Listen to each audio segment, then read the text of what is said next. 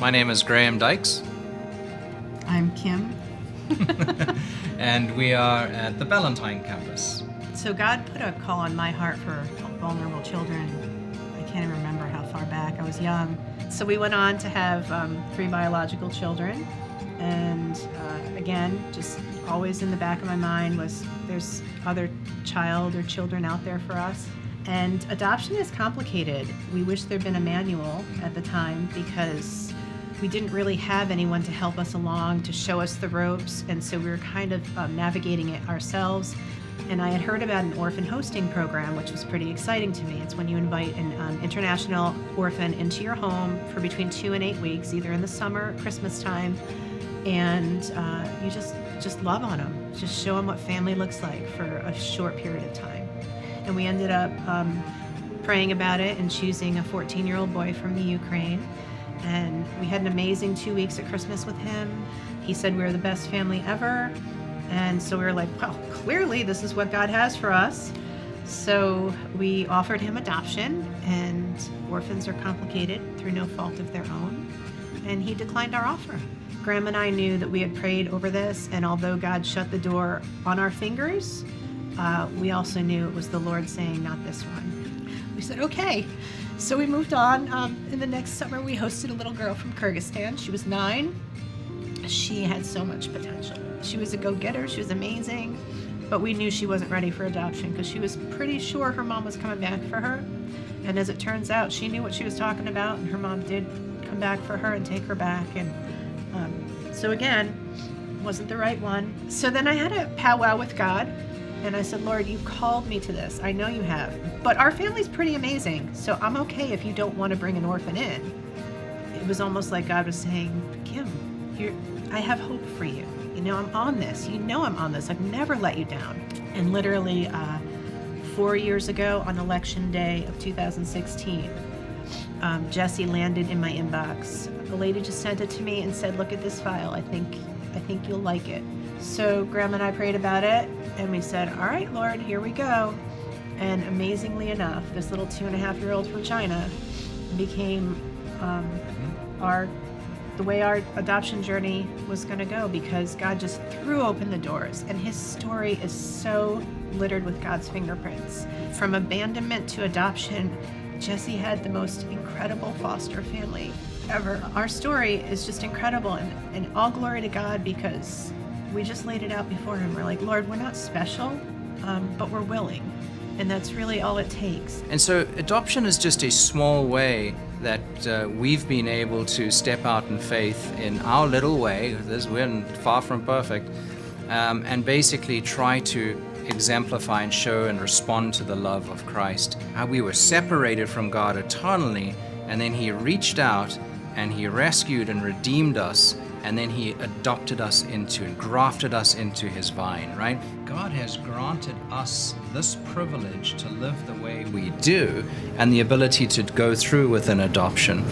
And at the same time, that privilege should not be taken for granted, because it wasn't given to us for us. It was given for us as a conduit to bring others to a saving knowledge of Jesus Christ. And I hope that sticks with our children, because now he's part of the family.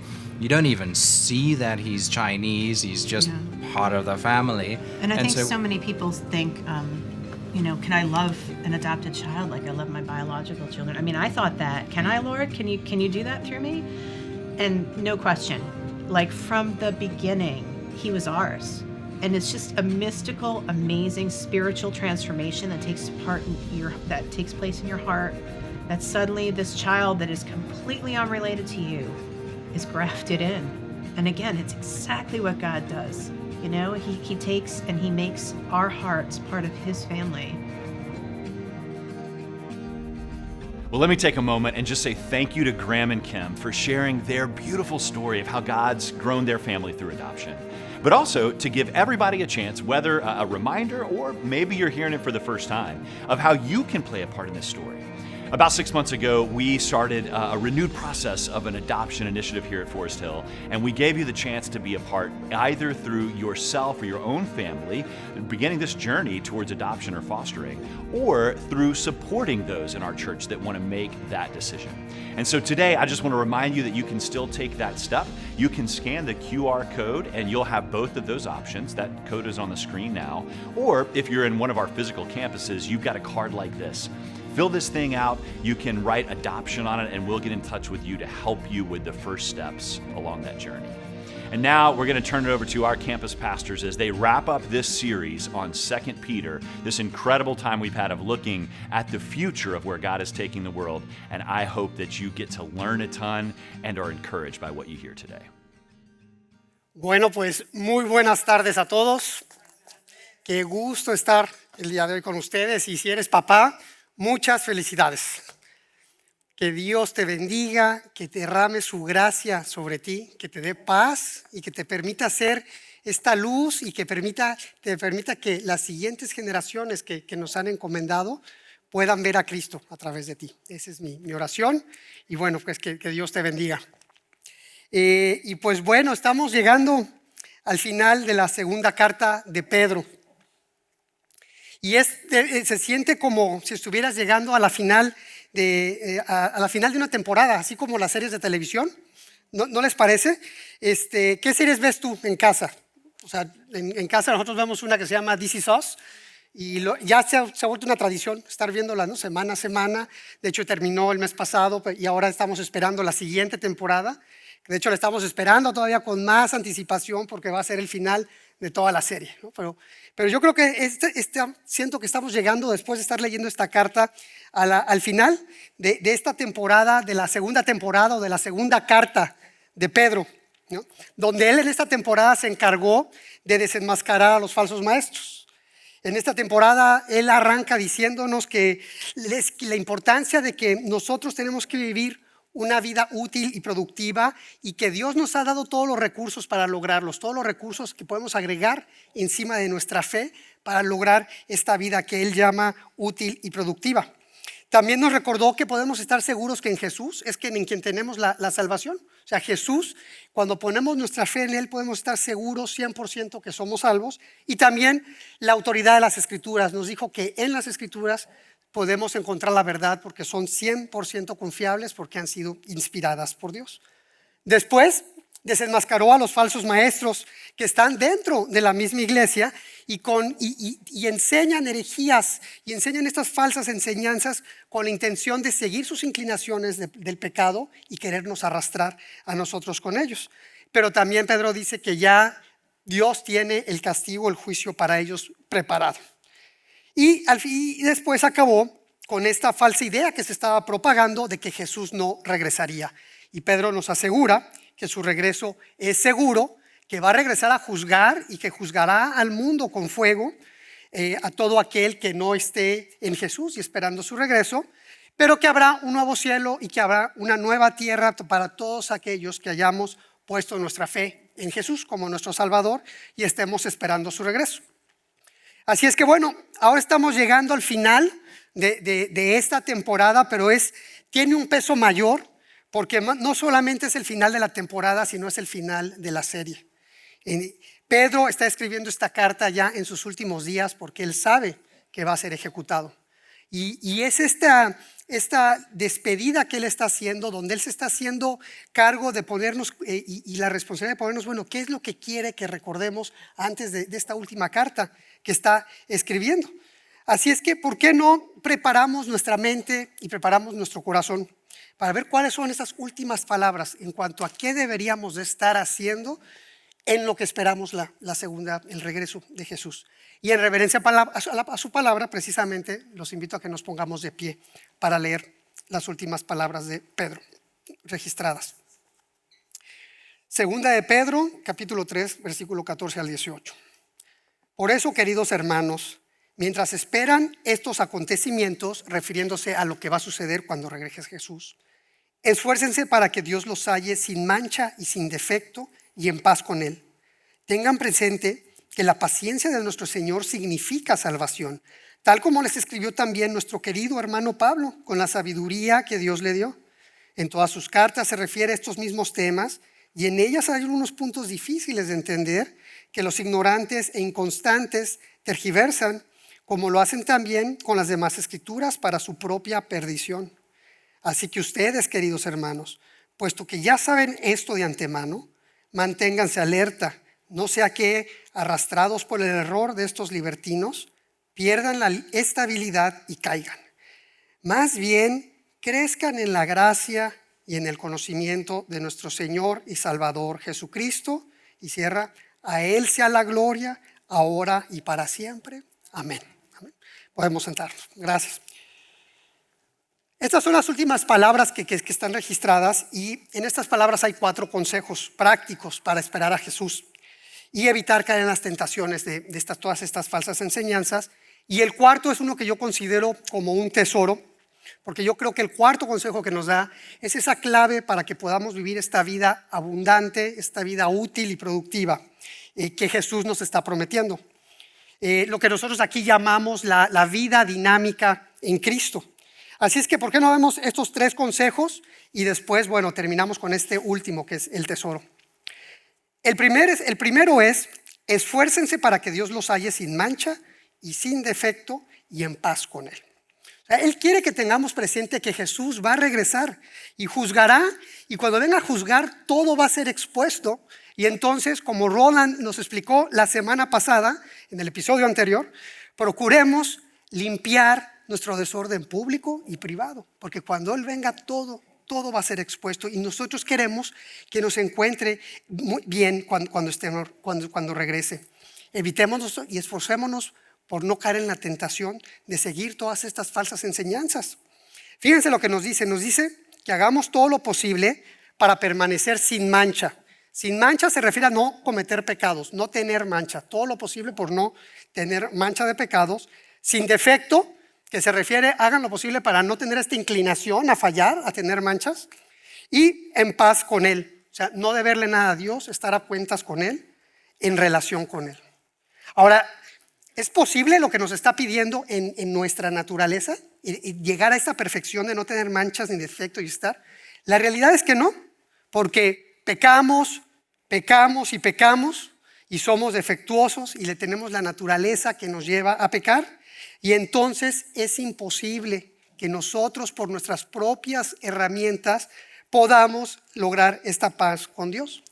Eso sí, como seguidores de Cristo sabemos que aquel a quien estamos esperando, a Jesús, Él fue quien nos limpió y Él fue el que nos dio la paz con Dios cuando respondimos y entregamos nuestra vida y decidimos seguirlo como nuestro Señor y Salvador.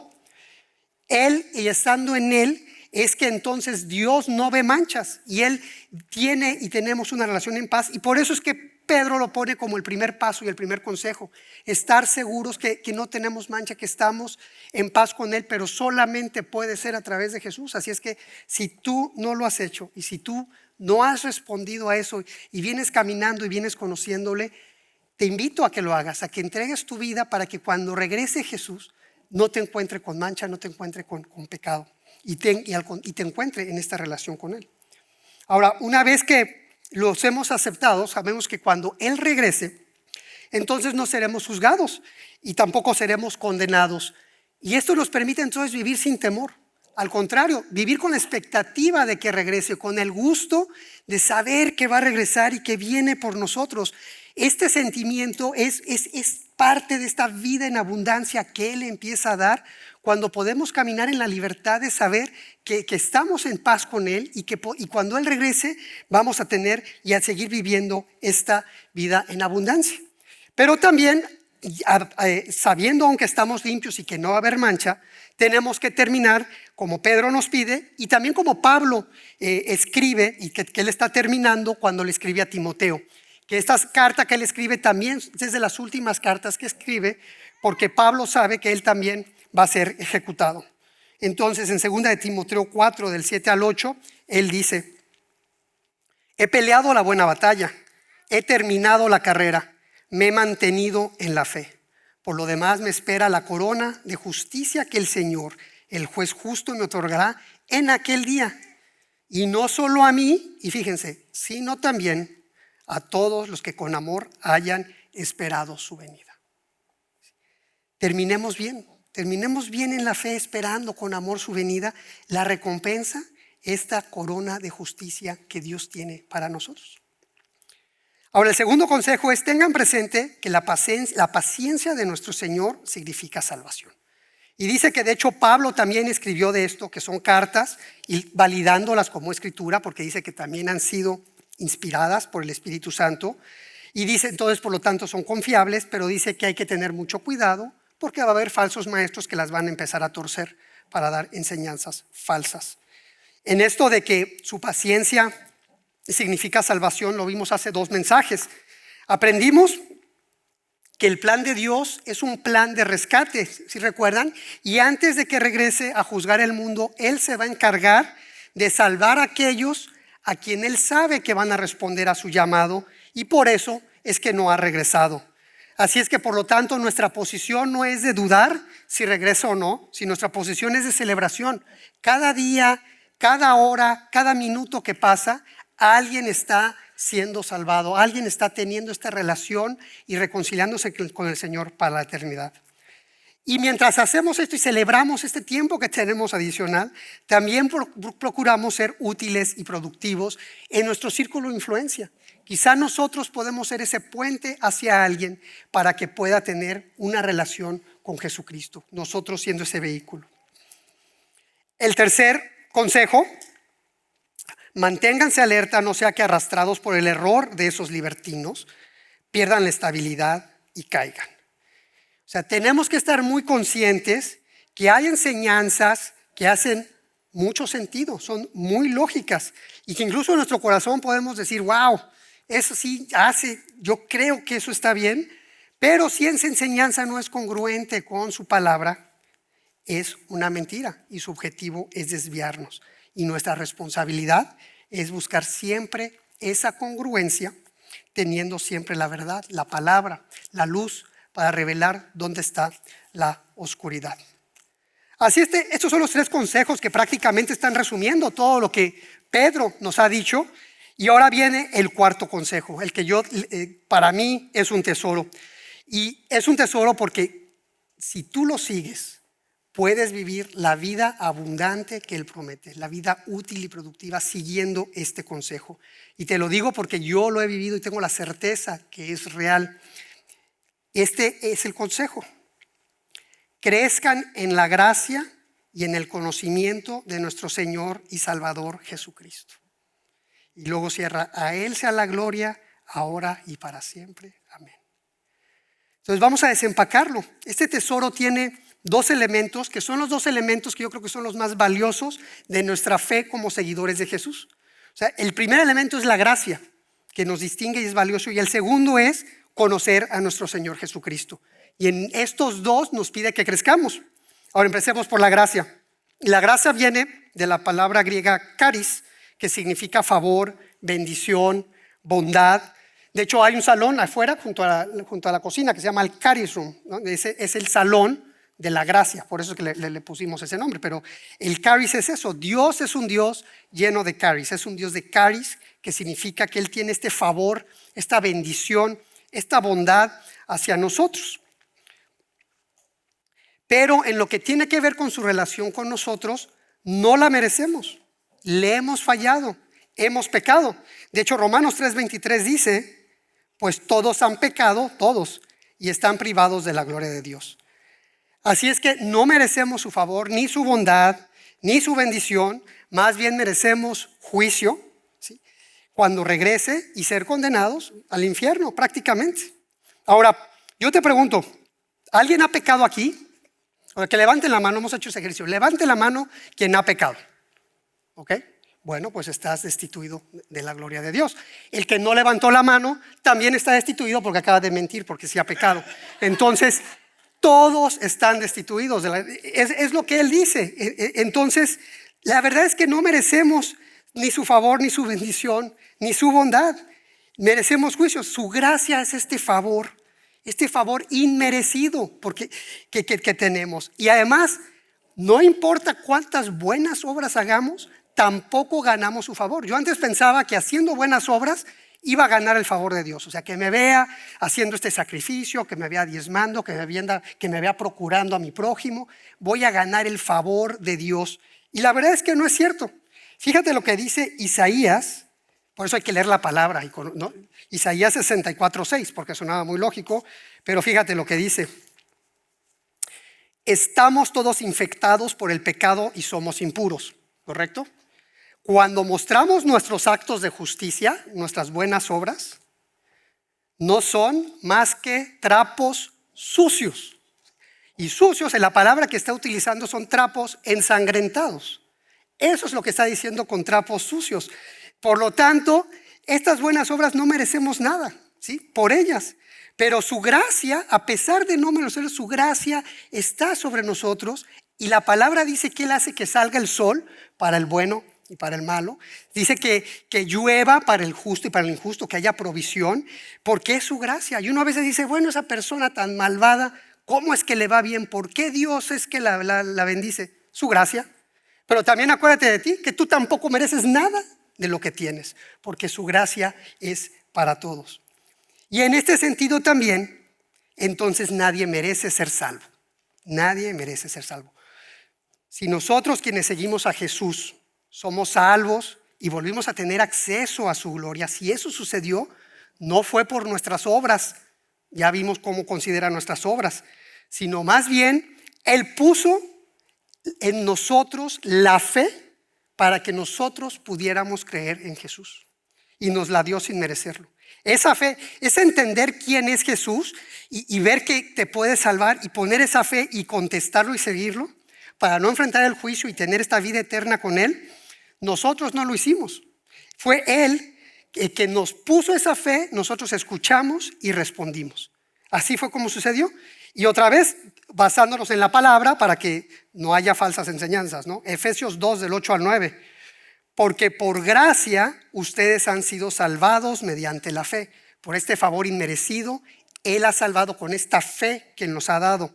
Esto no procede de ustedes, sino que es regalo de Dios. Nos la dio Él. No por obras, porque ya sabemos cómo las considera, para que nadie se jacte. Esa es su gracia y es maravillosa. Porque además no solamente no nos castiga, sino que mira lo que hace, y esto es casi como que muy oportuno hoy para el Día del Padre.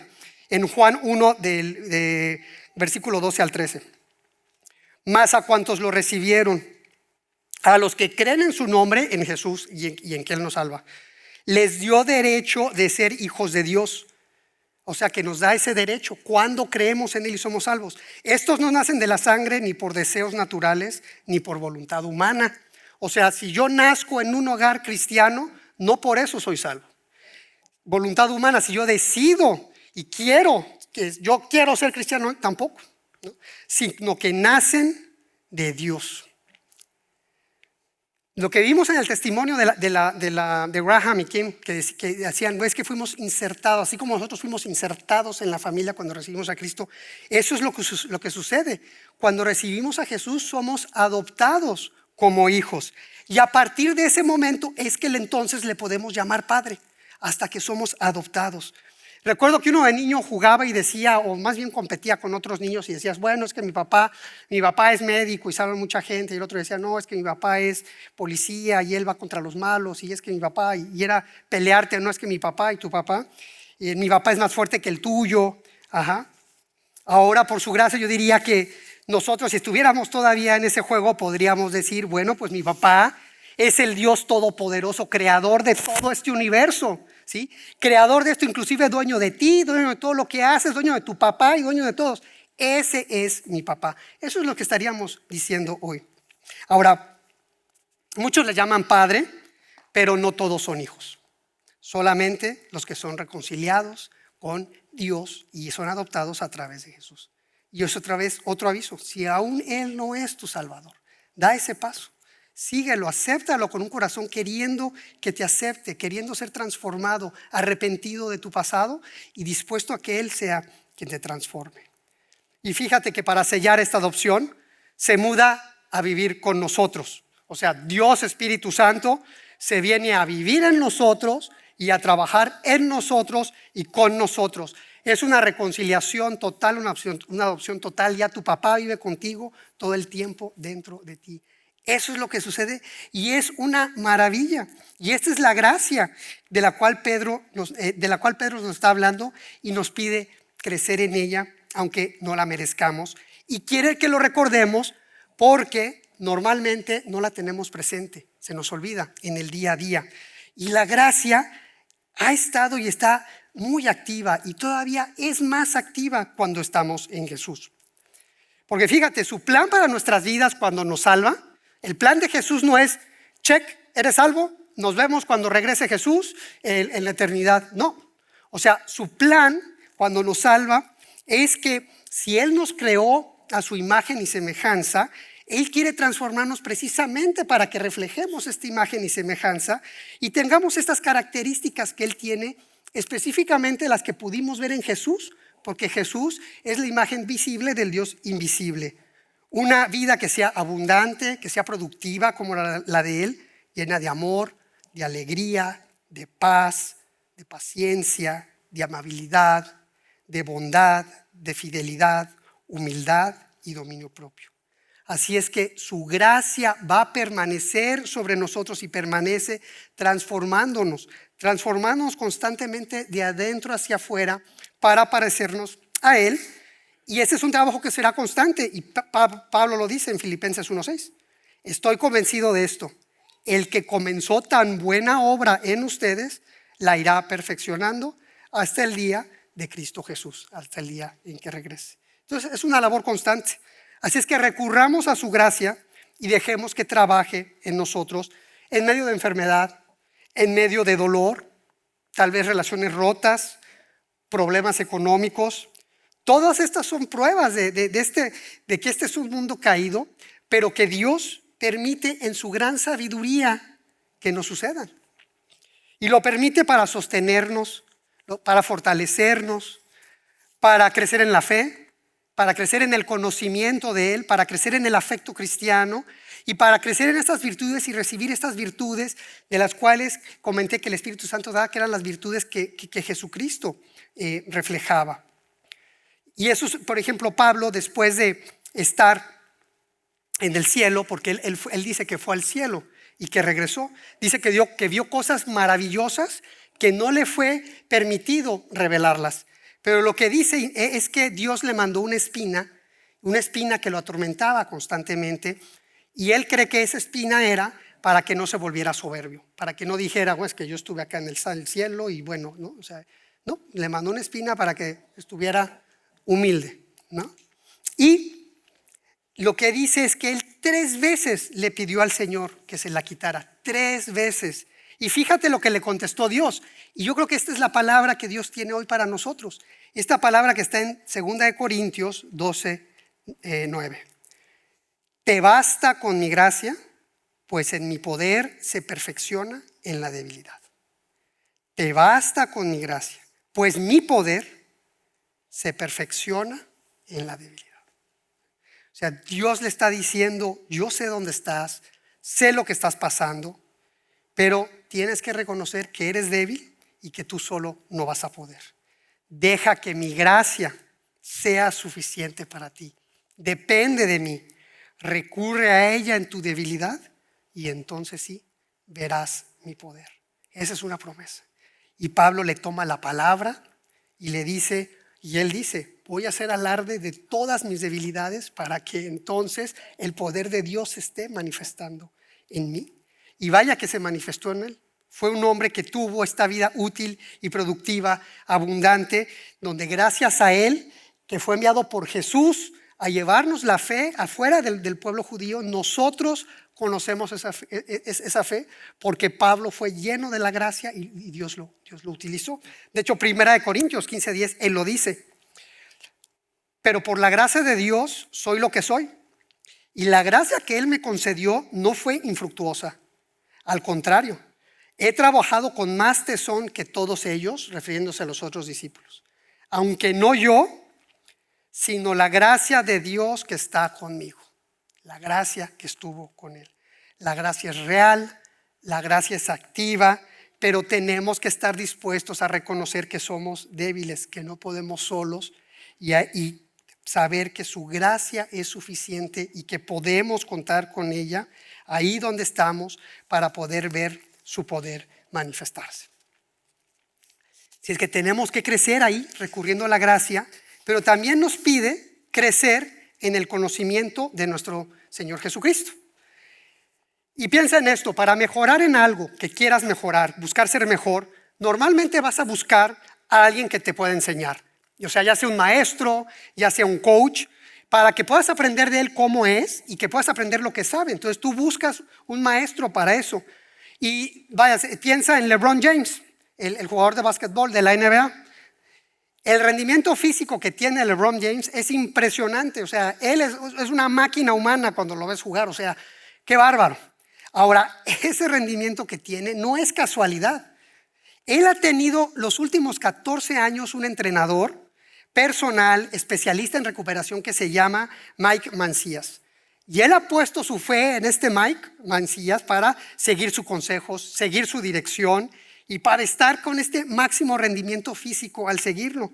Y yo te aseguro que si Mike le manda un email diciéndole las rutinas, no creo que así sea como se relacionen, sino que se reúnen, ven cuáles son las rutinas y trabajan juntos. Y a veces es hasta difícil para poder lograr ese rendimiento. Tienes que estirarte y esforzarte. Y entonces lo que están tratando de sacar es el máximo potencial físico de él. Y entonces no es fácil y tampoco es barato. Él dice que invierte $1 millón en su acondicionamiento físico al año. Pero vale la pena. Vale la pena lo que él está haciendo para lograr lo que él está logrando. ¿Qué tanto vale más la pena la vida abundante, útil y productiva que Jesús nos promete? ¿Qué tanto vale más la pena? Por eso tenemos que enfocarnos en conocerlo cada vez más. Él es nuestro maestro y tenemos que saber su vida, sus costumbres, sus promesas, qué nos promete, sus mandatos, su amor incondicional y servicial hacia su prójimo para que nosotros podamos imitarlo. Mientras más lo conozcamos, más vamos a ser como Él y más vida abundante vamos a tener. Pero si no lo conocemos, no lo vamos a lograr. Y yo no sé si esto hace sentido, pero así es como crecemos. Así es que crecer en Jesús es dedicarnos a saber quién era Él, todo esto que dije, sus mandatos, sus promesas, y para eso está la palabra del Señor. Pero también, como en el caso de LeBron, no basta eso, sino que tenemos que ponerlo en práctica y tenemos que ir avanzando, aunque duela, ir aprendiendo juntos con Él, sabiendo que Él está dentro de nosotros, también caminando con nosotros en este esfuerzo. Y las veces que sea difícil y que sientas que eres débil y que ya no puedes, entonces recurrir a su gracia, porque nos basta su gracia, porque en nuestra debilidad se manifiesta su poder. Entonces, por eso es que estos dos elementos, gracia y conocer a Jesús, son claves para poder tener esta vida abundante. Y yo les dije que yo lo he experimentado. Ana y yo tenemos 24 años de casados y somos muy diferentes, tan diferentes que inclusive hemos platicado que si no hubiéramos puesto nuestra fe en Jesús y Jesús no fuera el centro de nuestro matrimonio y no hubiéramos confiado en su gracia, muy probablemente o nuestro matrimonio sería un caos o probablemente hasta no estaríamos juntos. Somos así de diferentes. Decidimos casarnos a los 6 meses de ser novios. Teníamos 1 año de conocernos. Todavía no le habíamos entregado nuestra vida a Jesús. Yo me enamoré de su gran corazón. Yo le digo que tiene un corazón con patas, ¿no? Porque es un corazón caminando por todos lados. Pero yo soy muy analítico y ella es mucho de sentido común. Yo soy muy ecuánime y ella es súper expresiva. Yo soy el deber ser, así debe ser, y si hay que hacer algo lo hacemos cuando lo entiendo. Ella es no, vamos a ver, considera a la otra persona, y además no siempre el deber ser está bien porque luego caes en legalismos. Yo evito todo conflicto esperando que se resuelva solo y ella quiere resolverlo luego, ¿no? Yo me considero optimista y hemos platicado aquí, ya he pasado por depresiones fuertes, que es un gran contraste no poder entender cuando alguien no puede mostrar un optimismo. Soy introvertido y ella necesita mucha gente. En fin, ¿no? Puedo seguir con la lista y bueno, pero todo esto nos ha creado crisis, ¿no? porque somos tan diferentes. Y más fuerte cuando vendí el negocio y entré 100% al ministerio. Ahí fue, bueno, ahí sí se desató la de San Quintín. Porque, bueno, el que está traduciendo es una batalla que hubo, ¿no? La batalla de San Quintín. Pero perdón por esa referencia. Esa crisis se magnificó porque Satanás empieza a entrar cuando estás en el ministerio y quiere acabar con este paso que has dado. Y vaya, la realidad es que si no ha sido por Cristo, no hubiéramos podido. Cristo nos ha mantenido juntos porque decidimos primero entregarle nuestra vida y después ponerlo en el centro de nuestro matrimonio, aprender de Él y poner nuestra fe y confiar en la gracia que Él nos puede dar a pesar de nuestras debilidades. Ahí es donde Él se manifiesta. Y la parte de aprender es bien importante para poder aplicarlo. Por ejemplo, yo he tenido que aprender, y lo aprendes de la Biblia, tienes que amar a tu esposa como Cristo amó a la iglesia. Entonces lo aprendo. Caray, ¿qué es eso? Pues tienes que estar dispuesto a morir por ella. O sea, tienes que estar dispuesto a que si te rechaza, tú tienes que estar ahí como Cristo estuvo. También te enseña en la Biblia, perdona, ¿no? Y déjalo atrás, aunque la persona no lo merezca. Bueno, pues lo aprende uno desde aquí y lo pone en práctica y no es fácil. O ser prudente y cierra la boca con eso del deber ser y demás. Y bueno, pues uno lo va aprendiendo y quiere uno ser prudente, mordiéndote la lengua, que vea a Cristo cuando le estoy llamando, que vea a Cristo en mí. Paciencia ante reacciones que no entiendo, que también nos pide que seamos pacientes. Poner primero el reino de Dios cuando hay crisis económicas, cuando hay problemas económicos. Tener el decir, Señor, yo me baso en tu gracia. Tú me dices que si yo pongo tu reino primero, todo lo demás se da por añadidura, y confiar en eso. Entonces es un ejercicio constante donde vamos conociendo lo que nos está pidiendo, lo vamos aplicando y vamos confiando en su gracia para cubrir en esas fallas que todavía tenemos, para que su poder se manifieste. Yo todos los días trato de hacerlo y la verdad es que todos los días uno cae. Pero me basto en su gracia. Yo me basto en su gracia porque sé que en mi debilidad se manifiesta su poder. Y nuestro matrimonio hoy en día y nuestro amor es más sólido que nunca. Pero para eso, la gracia y que sea la gloria para Jesús hoy y siempre. No mía, la gloria no es para mí. La gloria sea para Jesús hoy y siempre, como cierra Pedro en su carta, porque Él es el que se lleva la gloria en todo este proceso. Así es que no sé cómo vengas hoy. Muchos venimos con cargas pesadas y mi deseo es que hoy vengas y si traes esta carga pesada, que no salgas con ella, o que al menos no salgas igual que como llegaste. Estas cargas que uno trae, que a veces no sabemos qué hacer y que nos sentimos débiles, y a veces venimos a la iglesia y como entramos, salimos. No, aprovecha hoy que estamos precisamente reflexionando y viendo la gracia del Señor para no salir como llegaste. Él dice, bástate en mi gracia, que en tu debilidad se manifiesta mi poder.